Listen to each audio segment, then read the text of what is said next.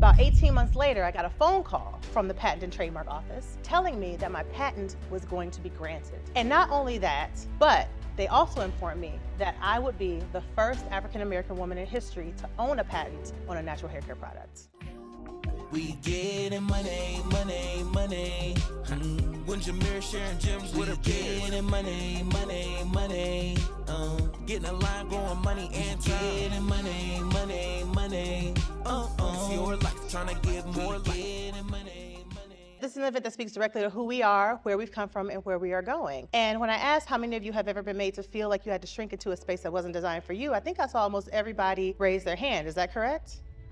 Pretty much everybody. So I know that feeling all too well. More often than not, I've been the only woman in a room.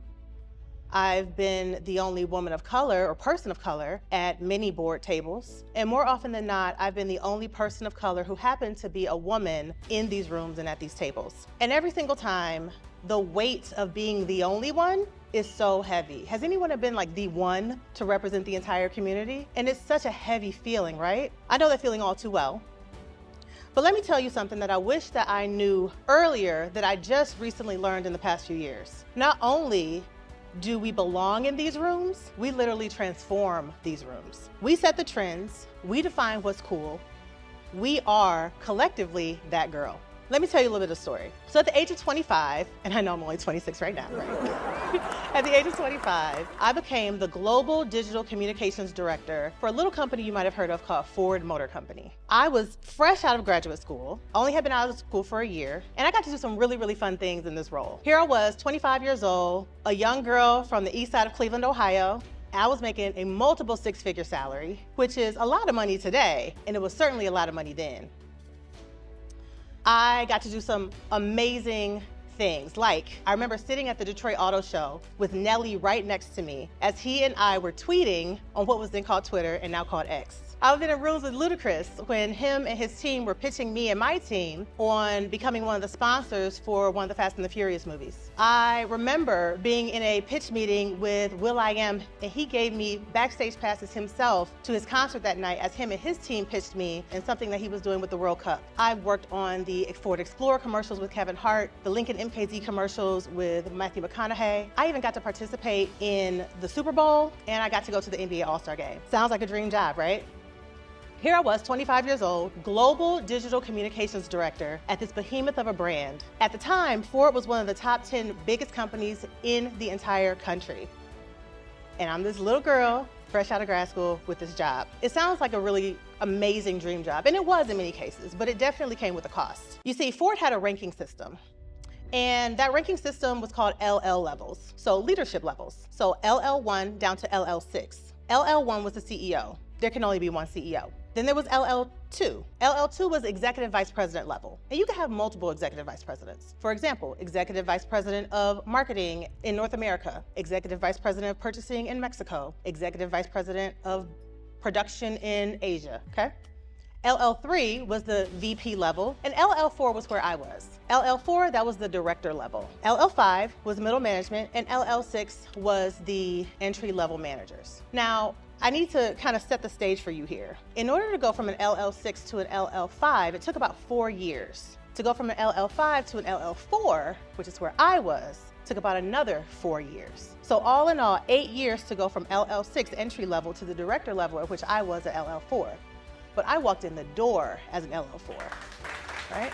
So you can imagine the questions. I'm 25 years old at this time. What's she doing here? Is she a DEI hire?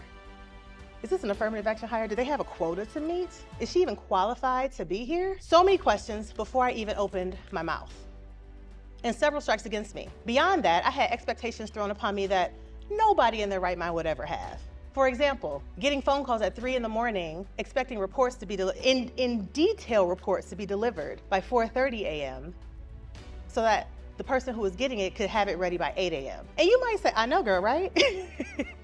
And you might say, well, you know, you were in leadership and you were new, so maybe this is par for the course. But I ended up finding out that I was the only one getting those 3 a.m. phone calls. Or my boss's boss sending me grammar tests, pretending like he needed something edited, when really he was just trying to gauge my intellect to see if I was equipped to represent the company on a global scale? Or how about utilizing me as the token Black employee for Black targeted events like Essence Music Festival and Black Bike Week, but me having to fight tooth and nail just to be included in the quote unquote general audience or general market events like the Super Bowl and things like that. General audience was code for non-Black. But if I'm being honest, while they were questioning me, I was absolutely questioning myself. Out of 1,000 candidates, why me? I had no real experience. I was fresh out of grad school. Never mind the fact that I had graduated valedictorian from my high school, or that I had graduated in 2.5 years from college with honors. Okay. Or that I had graduated grad school with honors summa cum laude as well. Or the fact that I had multiple high-profile internships with glowing reviews across all of them.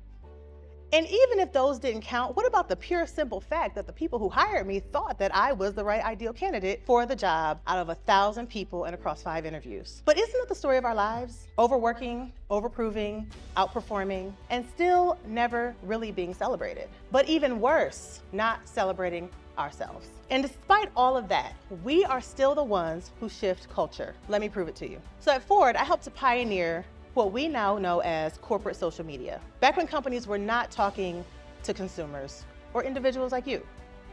Back then, and I know this sounds like a lifetime ago, but it really wasn't, you had to have a .edu just to be on Facebook. People who had .coms were not on Facebook. So I had to work with Facebook just to be able to allow us to have a presence on the platform to even humanize the brand and talk to people. But what was going on around this time is that Ford was trying to release this new vehicle. It really wasn't that new. It was a vehicle called the Ford Fiesta. And it had been on the market in the 1970s, and they had discontinued it, and they were bringing it back in the 2010s. And they had zero budget. And of course, they gave that job to me. How am I going to market a car with no budget? So my team and I came up with this idea for what we called the Fiesta Movement. And the Fiesta Movement was the very first ever corporate influencer campaign.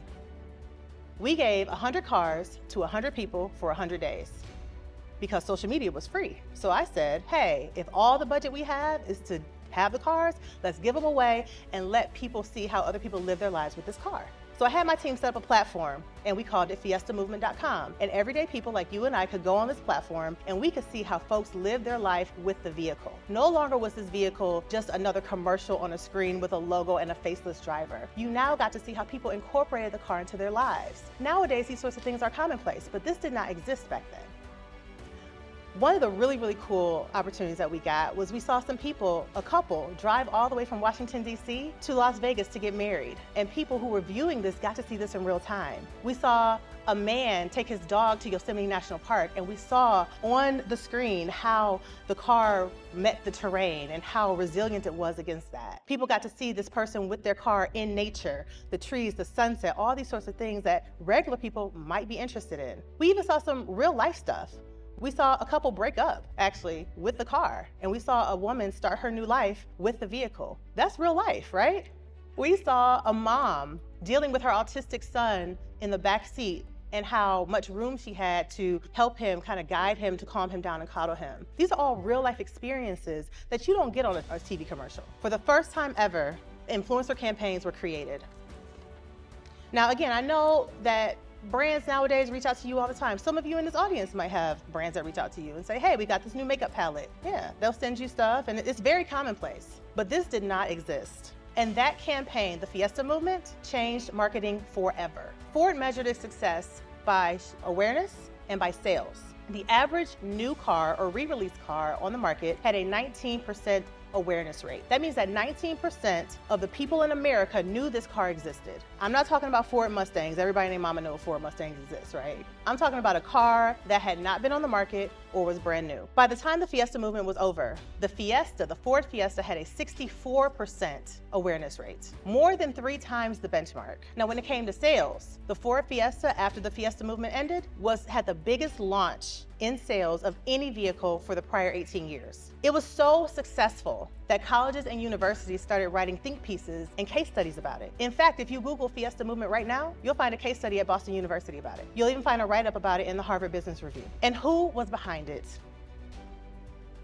Me. A young woman of color, underestimated, but like every single one of you, unstoppable. Because here's the thing, when we enter a space, we don't just show up at the table. We transform the table. We transform the industries. But we are often made to feel like we need to tone it down, be less intimidating. We're insinuated that we need to just relax, to make yourself feel smaller so that other people feel more comfortable. From childhood, we have been conditioned to fit a mold, to straighten our hair, to code switch, to soften our brilliance. But let me ask you this, who benefits when you dim your light? It absolutely is not you, and it most certainly is not collectively us. After a few years, Ford went through a restructuring, and the CEO that brought me in left. And as a result, there were several casualties in the way of layoffs, and I happened to be one of them. Now, this is a really bad time for me to get laid off because I was going through a divorce, and I also had just had my son a year prior, and I only had $32 to my name. Now, you may say, well, Gwen, didn't you have a multiple six-figure job? Like, what's going on? We'll get to that in a minute. But in short, I had zero personal finance knowledge. I knew how to make a lot of money, and I knew how to spend a lot of money, because the money in my mind was gonna keep coming forever. So we'll talk about that in just a moment. But yes, I had $32 to my name after the divorce was final, because divorces are expensive. So I thought that I was gonna have enough time to stack my money back up, but of course I got laid off, and so that didn't happen. Around this time, I had a little hobby of creating hair products in my kitchen. I had become really aware of toxic chemicals that were in a lot of these hair products, and I wanted to make something for myself. And this was really important for me because up until then, I hated my hair. It was always too thin, too coarse, too short, just too much of everything, and yet at the same time, not enough. But these products I created in my kitchen, they literally opened the gates of heaven for me for the first time ever. I was able to look in the mirror and see something looking back at me that I absolutely adored. I had no idea my hair could move like it did. I had no idea that my hair could curl up like it did. I had no clue what my beauty really looked like because no one had created anything that served me and my needs. And the beautiful thing was that I had created these products. So while I was still working at Ford, I actually had a few customers, but most of them were people that I knew, like my mom, right? My mom, my sister, my friends would come over and they would say, girl, your hair's looking so good. What are you using? And I say, oh, I make this stuff in my kitchen. You know, you can have some. And they would ask me to bottle it up for them, and I would give it to them. But next thing I knew, I had their friends and their coworkers and their family members whom I didn't know calling my phone saying, oh, I got your number from so-and-so. Can you send me some of your hair products? So I'm like, oh, I got like a little business here, okay. But again, it was not really designed to be a business. It was just something I was doing for fun. But what I loved is that they were having the same experience that I was having. Women just like me, who had hair like me, who looked like me, who sounded like me, who had life experiences like me, who also hated how they looked. And they hated their hair, and they wanted to have the confidence that will allow them to radiate confidence and self-esteem. And the products that I was giving them gave them that feeling, and I loved every minute of it. But like I said, eventually I was let go from Ford, unexpectedly, with my little $32 and my baby on my hip. But like most of us, when our backs are against the wall, what do? We come out swinging, right? We figure it out. And that's what I did. I worked my butt off. So much so that I eventually got my products into one Whole Foods store in the city of Detroit. And that one Whole Foods store turned into 3. And those 3 turned into 10. And those 10 turned into a 1,200 store deal with Sally Beauty. Thank you. And those 1,200 stores at Sally Beauty turned into 3,000 with Ulta. And here I was, again, this girl from the east side of Cleveland who had suddenly started to kind of make it. So around this time, I had been talking to my mother, and every time I would talk to her, she would say, Gwen, this product is phenomenal. Now, it's important to understand that my mother was not one of those moms that just likes stuff because I'm her daughter. Sidebar, when I was younger, I wanted to be a singer. I can hold a note, but I ain't Whitney Houston, okay? And I remember she's like, well, sing for me. And I sang, and she's like, you need to stay in college.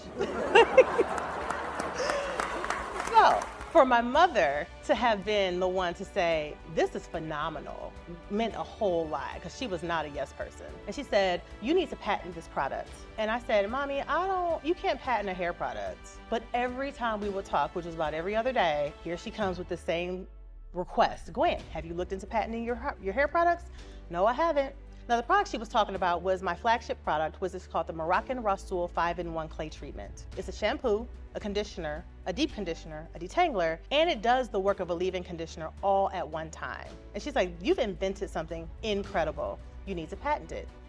So after so long of hearing these questions, I got tired of her asking me for this. And the last time that we talked about it, she said, Gwen, every time I talk to you, you tell me that you can't patent these products, but you haven't even looked into it. And what's gonna happen is one day you're gonna be sitting on your couch in your living room and you're gonna watch a TV commercial and you're gonna see L'Oreal or Unilever having stolen your product and market it as theirs, and you will be able to do nothing about it because you didn't protect yourself legally. You didn't own your ideas.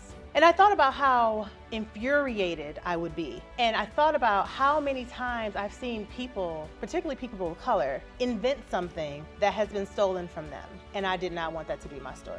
So I went ahead and I looked it up, and lo and behold, what you know, she was right. You could patent hair care products. But the problem was that although I started to have the success, every dollar I made was still going into the business. It cost about $18,000 at that time to hire an attorney to be your patent lawyer. And I just didn't have $18,000 laying around waiting for a patent attorney. But I did learn that if I took the time, I could patent it myself and learn patent law. So that's what I did. It took me about 9 or 10 months to learn patent law. I taught it to myself. I went back and acted like I was just in college. Every Tuesday and Thursday, I was at the library. I was calling the U.S. Patent Trademark Office, figuring it out, learning the things. And after about 10 months, I was comfortable enough to file for the patent. About 18 months later, I got a phone call from the Patent and Trademark Office telling me that my patent was going to be granted. And not only that, but they also informed me that I would be the first African-American woman in history to own a patent on a natural hair care product.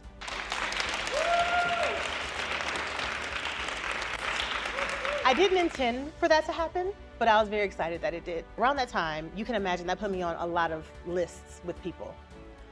Very exciting thing. So every Black History Month, I start getting phone calls. Women's History Month, I start getting phone calls, that sort of thing. But one of the really cool things is that I actually got named one of the 100 most influential African Americans in the country. And I was on this list with some really dope people that you know. Like Beyonce was on this list, and Steph Curry, and LeBron James, Ava DuVernay, Oprah, and then me.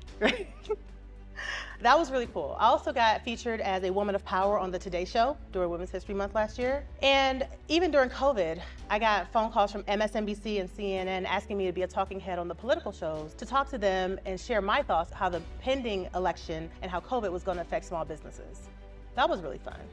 So far, I've been in pretty much every magazine, on every major TV network you can think of, from Vogue to Essence to Ebony to CNN, MSNBC, Fox News, The Today Show, Good Morning America, Marie Claire, 17, you name it, I've been on it or in it. Now for me, the move from corporate employee to patent holder and entrepreneur was not just about whipping up products in my kitchen for fun, or even just about making money so I could survive and feed my child. It was really about ownership to me, owning my ideas, owning my future, owning my identity, crowning myself in my own power so that I could show other women who are coming up behind me and walking right alongside me that they have the exact same power should they choose to wield it. I knew that no one was going to come and restructure my company and lay me off.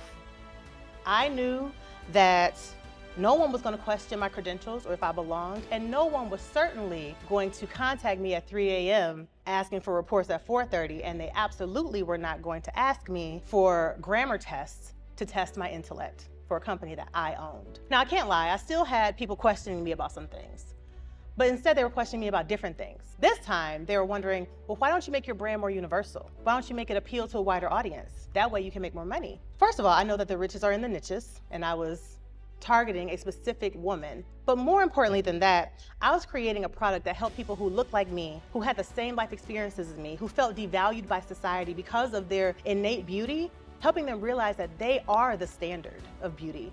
And there is absolutely nothing about them or you that you need to change about how you look. You are gorgeous just the way you are. So I refuse to change my brand to appeal to a wider or general market audience, because when we show up fully as ourselves, we honor every single woman who has walked before us, who opened those doors for us to walk through, for us to be able to exist in a world that was not designed for us. So my hope today is that you'll leave here knowing that you are transformational. You are that girl. You always have been. You always will be. You are the main character. And I need you to be unapologetic about it.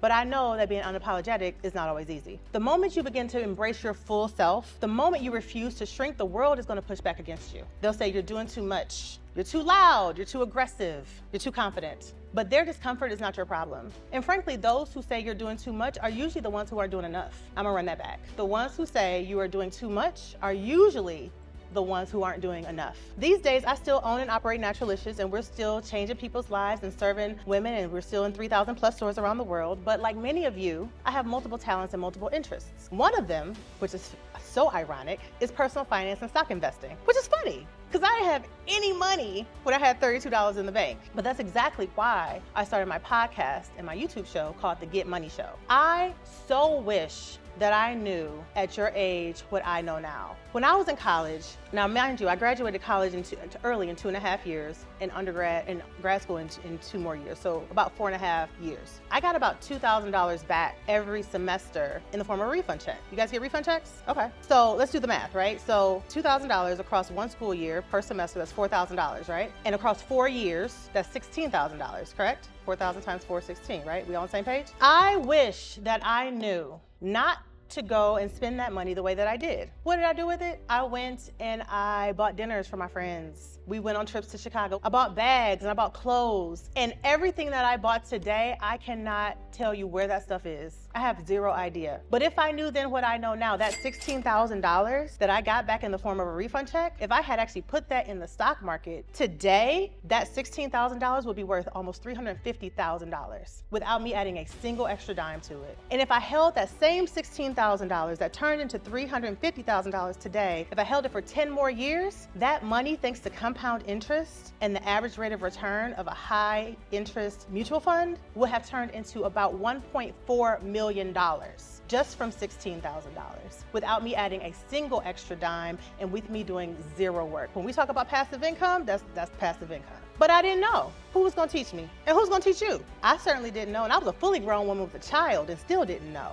Right? Who's going to teach you that? I'm almost certain that you didn't learn it in high school. You absolutely didn't learn it in middle school or elementary school. And if you do know it, it's because you had a parent or a teacher or a mentor who said you need to learn this stuff. But the vast majority of us do not have that. What I've learned is that marginalized people, including women of color, are never taught to be financially independent and financially savvy. We know how to make a lot of money. We know how to go to school for it. We know how to get a job. We know how to start businesses, but we don't, by and large, know how to keep it and make it work harder for us than we work for it. They make investing sound so complicated and so overwhelming that most of us just say, you know what, forget it. I don't understand it. I don't want to lose my money. It's too scary. But do you know that you're actually more likely to die in a car accident than you are to lose your money in the stock market, statistically? But you are not afraid to get in your car, are you?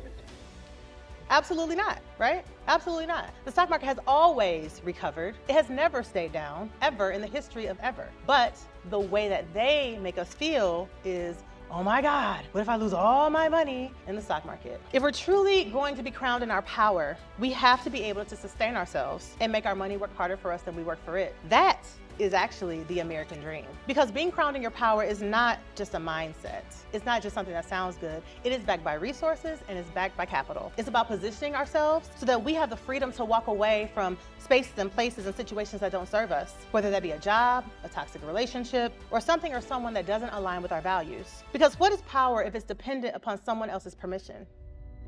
True power lies in the ability to say no when something isn't right and yes when it is aligned with your greatness. Money is a tool that will allow you to do just that. It's not about being flashy. It's not about showing off. It's about options and stability. The option to invest in yourself, the option to build something for yourself and for the future generations coming behind you, the option to not have to tolerate places and spaces that don't respect you. Because nothing screams power louder than financial independence. I've been in rooms with people who don't look like us and they talk about money boldly, especially the men. They strategize about wealth, even in college. They share investment tips, they leverage each other's knowledge. But too often in rooms with people who look like us, money is a very hush-hush topic. We're conditioned to believe that discussing finances is taboo, that wanting financial abundance makes us materialistic or, God forbid, gold diggers, that sharing financial knowledge creates competition instead of community. And that has to stop. Imagine if we shifted that mindset. Imagine if we saw wealth building as a collective mission as opposed to an individual hustle. Imagine if we shared opportunities about making money and keeping money and growing money with the same freedom and freeness that we share the latest TikTok dance.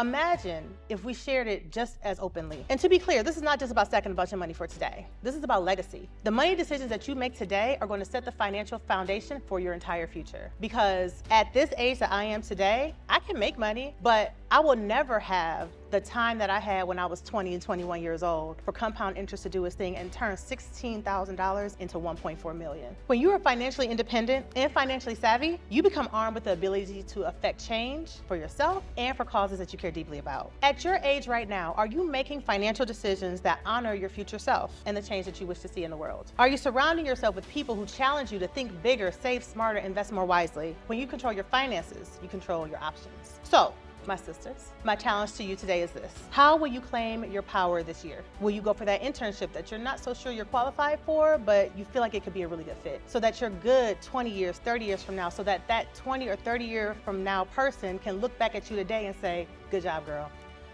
You set us up. Whatever it is, don't wait. Don't ask for permission. Don't dim your light. Don't second guess your greatness. Because let me tell you something, your crown is not given, it's claimed. Your power is not waiting for validation. It's already in you. So please wear it boldly, walk in it fiercely, own it unapologetically, because remember, you are that girl, and never let anyone tell you otherwise. Thank you.